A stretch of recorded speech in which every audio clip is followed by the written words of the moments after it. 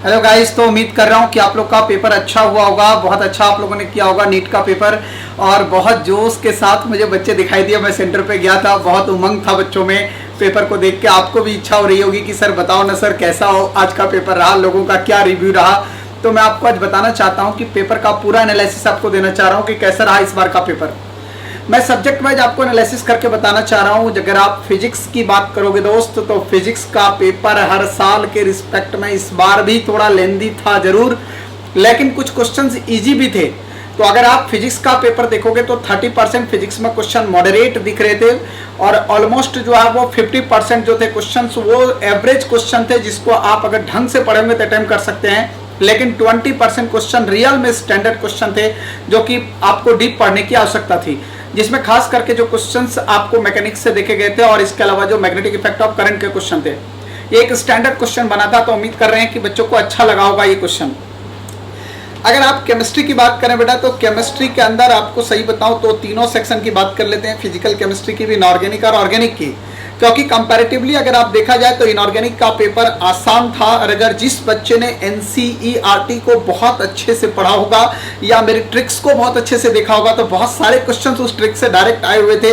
बच्चों को बहुत हेल्प हुआ। जो मेरा पी ब्लॉक का ट्रिक्स था, डी ब्लॉक का ट्रिक्स था, वो उनको काफ़ी हेल्प किया होगा आज के लेक्चर, आज के आपको एग्जाम के अंदर।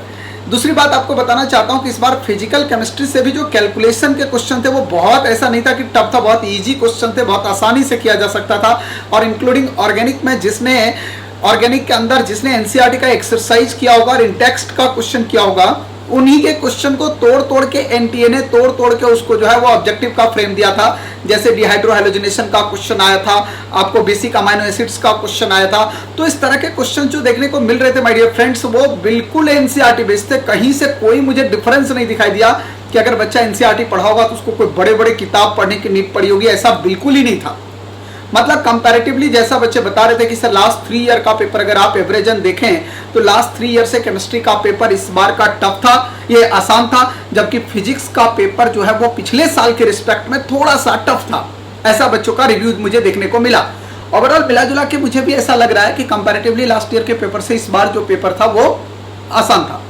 लेकिन मैं आपको एक बात बताना चाह रहा हूं बच्चों, बहुत इंपॉर्टेंट बात, कि जिस बच्चे ने एनटीए का जो सैंपल पेपर जो एनटीए जारी कर रहा था, अगर एनटीए का पेपर सारे पेपर को उसने सॉल्व किया होगा तो होप्स हो कि उनको एक अच्छा फायदा मिला होगा। बहुत सारे क्वेश्चंस ऐसे थे जो उसी क्वेश्चन के पैटर्न के ऊपर बेस्ड थे, तो बच्चों को एक अच्छा फायदा मिला होगा, और ऐसा मैं उम्मीद कर रहा हूं। दूसरी बात आप लोग को मैं बताना चाह रहा हूं कि जिस तरह का पेपर था, जो निश्चित तौर पे आपके दिमाग में अब पेपर देने के बाद आ रहा होगा, सर कट ऑफ क्या होगा, कट ऑफ इस बार लो जाएगा, हाई जाएगा, या पिछले साल की जैसा ही कट ऑफ रहेगा सर, और कैटेगरी वाइज कट ऑफ क्या होगा, ओबीसी का होगा, एससी एसटी का कैटेगरी का, जनरल कैटेगरी में क्या कट ऑफ जा सकता है।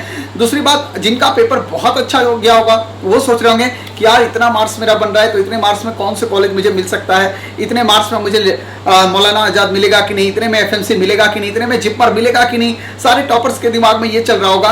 कुछ तो ये दिमाग में ला रहे होंगे कि यार इस बार तो नीट में ही एम्स आ गया, तो क्या मैं एम्स जा रहा हूँ कि नहीं जा रहा हूँ। और कुछ बच्चे जो उनका थोड़ा सा पुअर स्कोर हो रहा होगा, मैं आपसे भी रिक्वेस्ट करूंगा कि आप लोग बिल्कुल हतोत्साहित मत होइए। इस बार का जो पेपर था वो कंपैरेटिवली ठीक रहा था। अगर किसी कारणवश आपका स्कोर लो होता है तो ये आखिरी पड़ाव नहीं है।